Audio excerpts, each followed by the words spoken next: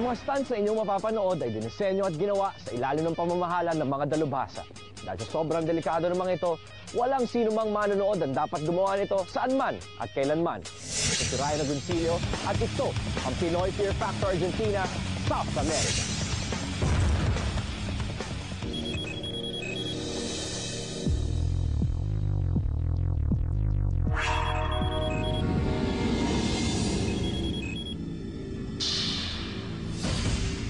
I think it's all about how bad you want it. I wouldn't be able to forgive myself if I go home thinking I didn't give it my best. Ito yung mahirap pagdaanan yung last kasi alam mong tanggalan eh.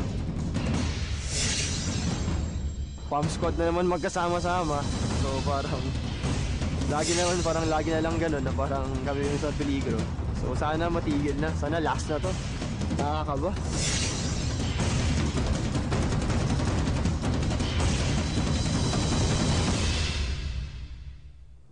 Ang mga partisipantes na ligtas na sa kwarta ronda, binigyan ng pagkakataong manatili para mapanood ang laban.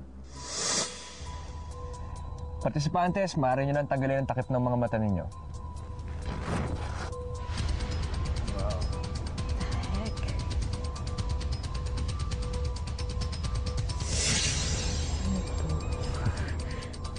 Buenas noches, partisipantes. Buenas noches.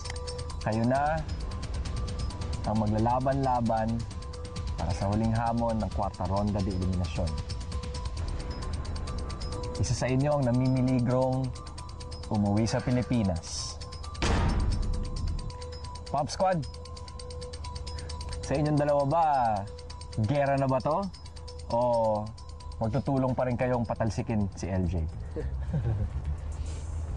Tulong pa rin siguro. Ang bastos ng mga to. Thanks, ah. Okay. LJ, alam kong sa kaibuturan ng iyong puso ay ayaw mo pang umuwi sa Pilipinas. Ako pa. Ayaw mo pang maiwan si... Ano ba? Ayoko pa umuwi. Yun lang.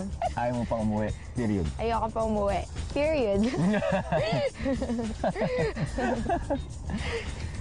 Partisipantes, marunong ba kayo magmaneho? Marunong ka magmaneho, LJ? Karerista ka. Ikaw, John, marunong ka magmaneho? Konti. Ikaw, Jose? Pwede na. So, alam ninyo ang pakiramdam ng isang sasakyan na umaandar sa 50 kilometro kada ora. 50 kilometers per hour. Alam niyo yung pakiramdam na yun. Okay. Ito ang inyong hamon para sa kwarta ronda de eliminasyon. Ang huli ninyong hamon.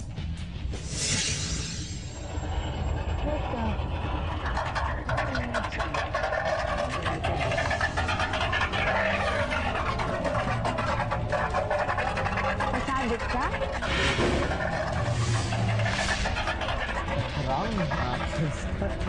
Masabit ka sa drum.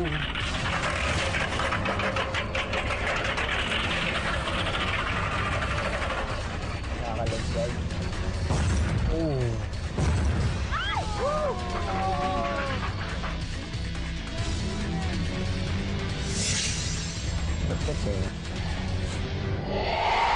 Yan ang inyong hamon, partisipantes, ang arrastrado en el concreto. Ah? Ang nakita ninyo ay isang truck. Okay. Umandar siya ng 160 metros, 160 meters. Tumakbo siya ng 50 kilometro kada oras. Ngayon, dahil fear factor ito, kayo ang drum. Kayo ang kakalad ka rin ng truck. Ito ngayon ang magiging hamon sa inyo. Bukod sa lakas ng pagkapit ninyo sa truck na hinihila kayo, nakita niyo yung pumutok doon? Meron din doon linya de fuego or line of fire. So, nakita niyo yung line of fire na yon, at pag narinig nyo at nakita nyo ang pumutok, yon ang magiging senyales ninyo para bumitaw. Ang tatimingan ninyo ngayon ay tamaan ninyo ang fear factor logo sa dulo. Ang pinakamalapit dun sa marka ng fear factor, siya ang mananalo sa hamon na ito. Mas maganda kung sumentro kayo. Yun ang bullseye. Pag lumampas kayo, pag tinapos kayo sa marka ng Pinoy Fear Factor, susukatin natin kung sino ang pinakamalapit. Klaro? Pag bitaw, nasa drum pa rin? O hindi na, wala ka na? Wala ang drum, LJ. Ay, Ikaw ang drum. Oh my gosh! Magsusuot kayo ng trahe metallico. Magsusuot kayo ng trahe metallico or metal suit na pag kinaladkad kayo dahil sa friction, syempre iinit. Aabot ang init hanggang 100 degrees. Mapapaso kayo. So timing, tibay ng dibdib, at lakas ng katawan ang kailangan dito sa hamon na ito. Tinatanggap nyo ba ang hamon ng Pinoy Fear Factor? Tanggap! Walang aatras?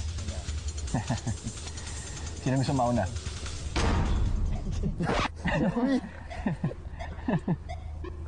Ako na yun. Okay, Ahas ka, ako na una. sige. Sino ba nauna sa inyo nung huling hamon? Ako. Doon sa bisikleta? Ikaw ang nauna? Ah. Ako na Sino nakagat ng ahas? Ako. Siya. Ay, Jomi. Sa ipis kanina, ako na nauna. Ah, okay. Napagdesisyonan na, Jomi. Ikaw ang mauuna. Ako na Ayan, guys. Handa ka na, Jomi? Okay. Tara na. Good luck, bro. Sige. Sa pagbabalik ng Pinoy Fear Factor, alamin kung kakayanin ni Jomi ang hamon sa kabila ng kanyang pagiging hari ng sablay. Hindi ka naman!